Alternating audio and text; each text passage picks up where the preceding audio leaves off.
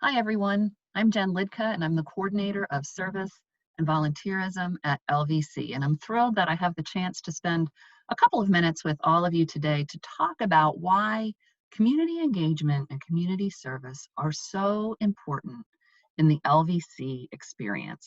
And so let's get started. If you were to look at our webpage or any of our print material, and come across our mission statement, our values, our priorities, you would see statements like those listed on the screen right now. Statements that get to the fact that we as an institution intentionally embrace the differences between human beings. We're committed to things like service and civic engagement. We have every one of our students take part in learning outside of the classroom as part of Constellation, our general education program. And so with all of these ideas in mind, know that our service program plays a vital piece in how we as an institution come alongside of students to help them grow and develop in some of these ways. And so when we think about service at LVC, know that over 22,000 hours of service get logged annually by our students. And frankly, we know that's not even a complete number. That's just what gets logged.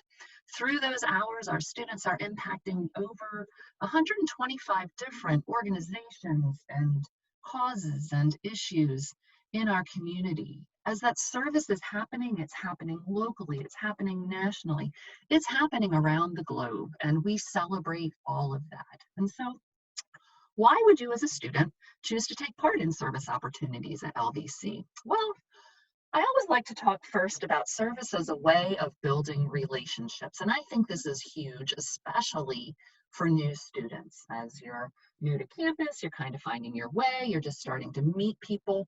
Service is this fantastic way to make connections. Because when we go out and serve, suddenly it doesn't matter at all if I'm an athlete, if I'm a musician, if I'm this major, if I'm that major, all of these things that, sometimes as people we let maybe create barriers, all of that falls away because when we go out to serve, it's not about us. It's about the people or the issues that we've come to serve and address. The other thing that happens is I've seen so many students through their service meet people who eventually become their employer, or somebody who has an internship opportunity for them, or somebody who's going to write a letter of recommendation. All these sort of byproducts kind of naturally happen through service. The picture you see there of two of our students, these ladies didn't know each other before we went on our service trip to Puerto Rico 2 years ago. But by the end of the trip, you can see they were they were great pals, and that was a relationship that continued thereafter. And to see friendships develop through service is just a wonderful, wonderful thing that I love to have happen. Service is a great way for us to live out our passions, to further develop our skills. Sometimes the service that we take part in is actually directly related to our major or our future career area. And that's what you see in this picture here. Our two students in the red shirts, Emily and Lauren, were education majors. And so here they were teaching English to kiddos in the Dominican Republic. So not only are they having experiences in a classroom in the United States, they're also having experiences in another country, working with underserved children. And what a great thing to put on a resume, isn't it? In order to differentiate themselves. We talked a minute ago about relationship building. That happened with Lauren, one of those two students. We did this trip in January of 2019. Lauren actually went back to this site in the summer of 2019 and came on as an intern, further expanding her experience in teaching underserved children in another country. So it was just tremendous. Another thing that happens is our ability to live out our passions, whether you care deeply about animals or older adults or individuals with developmental disabilities, the environment, literacy, issues around food access and housing access. The list just goes on and on. But whatever it is that you're passionate about, chances are you can live out that passion through your service, making a huge impact in community. The other thing that happens is we develop other kinds of skills too, as you can see that I have listed there on the screen. I think they all kind of, make sense, and you'd understand why I'd have them there. But the one in particular that I love to focus on is empathy. When it comes to putting ourselves in the shoes of another person and just seeing the world differently, growing our empathic selves, wow, that happens in phenomenal ways when we go out and serve. And that kind of relates to my next slide here, where I talk about service as a means of refocusing our perspective. When we think about understanding who we are in the much bigger picture of our world, that understanding grows in great ways through service. We experience different cultures. We come alongside of people who are different than ourselves, whether that's, serving in a shelter alongside of an individual who's currently living without a home, or going to a whole other country, like you see in this picture here, where we are in Peru and we are uh, shelling beans with the individuals we were living with that week and cooking our food in the ground. These are kind of, just some of the experiences that happen when we go out and serve and immerse ourselves in communities that look different than our own. If you think about your future and how service impacts that, if we just cut to the chase, this is something that employers want to see.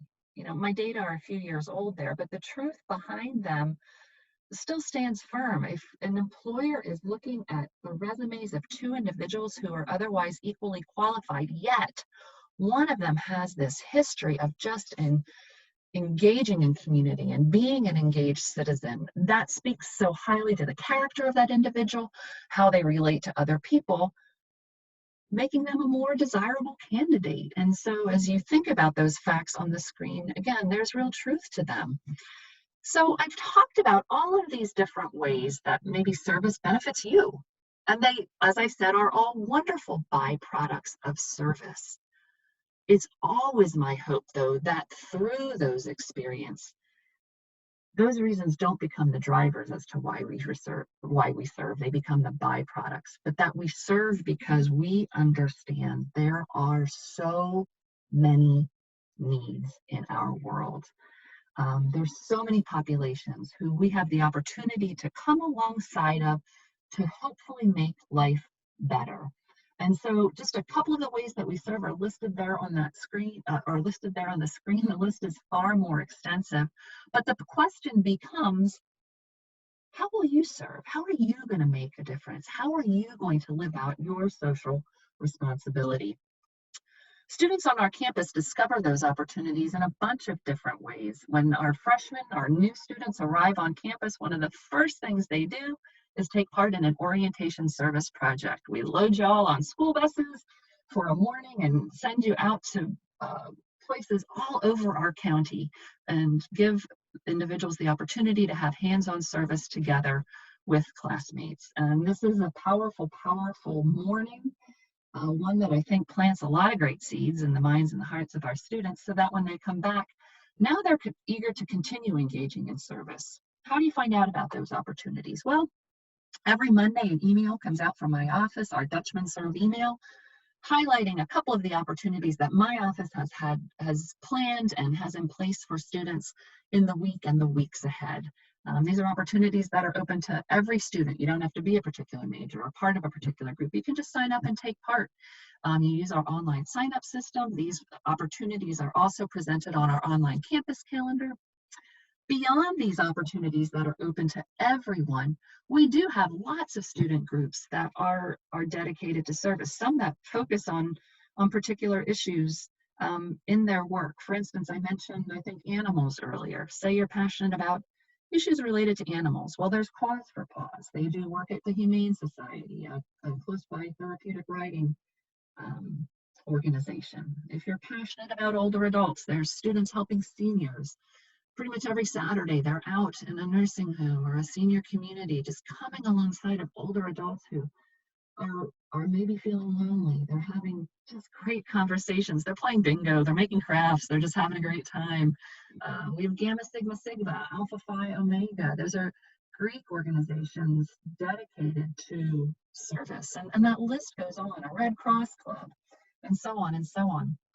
Beyond those organizations that are, really focused on service, pretty much all of our student groups, engage in some kind of community service. All of our athletic teams do. Our coaches are phenomenal in engaging our students in the community. Let's say even after all of that, you're thinking, well, Jen, that's all great, but I'm not seeing something that just really gets to a need or something that I really care about. Well, we maintain an agency list on our website, which lists all kinds of organizations that you as an individual are free to reach out to and arrange your own opportunity. And we have plenty of students that do that as well. I mentioned earlier, we have well over 125 organizations we impact in a year. These are just 5 of them that we consider to be some of our primary community partners. I think some of them are pretty recognizable. The Caring Cupboard, that's a local food pantry. We do a ton of work with them. The American Foundation for Children with AIDS, they impact families infected with or affected by AIDS in 4 sub-Saharan African countries with education, sustainable food sources. But their warehouse happens to be 3 miles down the road from our campus, and we do a ton of work in there, helping to inventory and sort and pack medical supplies and other supplies that are going to be shipped off to these places in Africa. I also mentioned earlier that each of our students is required to complete at least 2 immersive experiences before they graduate. Some of those opportunities come through our service program. Taking part in a service trip fulfills an immersive requirement. We have at least 2 or 3 trips each year that are run through our office, domestically, internationally. You can see there at the MLK Monument, we were just in Washington, D.C., focused on issues of food insecurity and homelessness and gentrification. It was a powerful, powerful trip for our students. You saw earlier a picture of a trip in Peru. That same trip took us to Machu Picchu, the photo that you see now on the screen. We served in this community called Mismene, which was about 14,000 feet up in the Andes Mountains. We were teaching English to children. We built and planted a greenhouse as a sustainable food source for that community. It was an amazing week, but before we came back to the United States, well, we had to see Machu Picchu, and that was an experience like no other in itself. And so these are just some of the places we've gone. The Dominican Republic, we teach English to children. Puerto Rico, doing environmental restoration after Hurricane Maria. That list goes on. And so if you come to LVC, I hope that you will explore one of these opportunities with us. The other thing that happens is I teach a class, it's called Living and Learning in Service, which also fulfills an immersive requirement. It's just a 1-credit class. We meet in the classroom once a week to really explore foundational issues around social responsibility and social justice. Just some great, great learning that happens there. And then we're going out into the community to do hands-on service locally. As part of this class, I'd like to do a lot of experiential learning too. In this picture, you see just a couple of the students in my class. This was an optional activity. But in November, during Homelessness Awareness Month, this group of students chose to sleep outside on the chapel steps for a night from 9 o'clock at night until 6:30 in the morning, to give them just a tiny, tiny, tiny glimpse of what it might feel like to live without a home. And this is a powerful experience for our students, and the reflection that comes after is really filled with a lot of thought and raised awareness. This is one of my favorite activities to do with students, and they just take a whole lot away from it. We like to celebrate the ways that our students serve. We recognize it with a number of different awards. Our Gold Service Award goes to students who've completed at least 100 hours of service and taken part in a service trip, or completed 250 hours of service. Pictured there are just a few of the individuals who received that recognition last year. Phi Alpha Epsilon is our college honor society, where graduating students with a 3.6 GPA or higher and at least 25 hours of service are inducted into this prestigious honor society, and I'm so happy that service is part of that. The President's Service Award recognizes the student group on campus that most significantly impacts the quality of life in central Pennsylvania through their service. So these are just a couple of the ways that we like to just really celebrate the impact that our students have on community.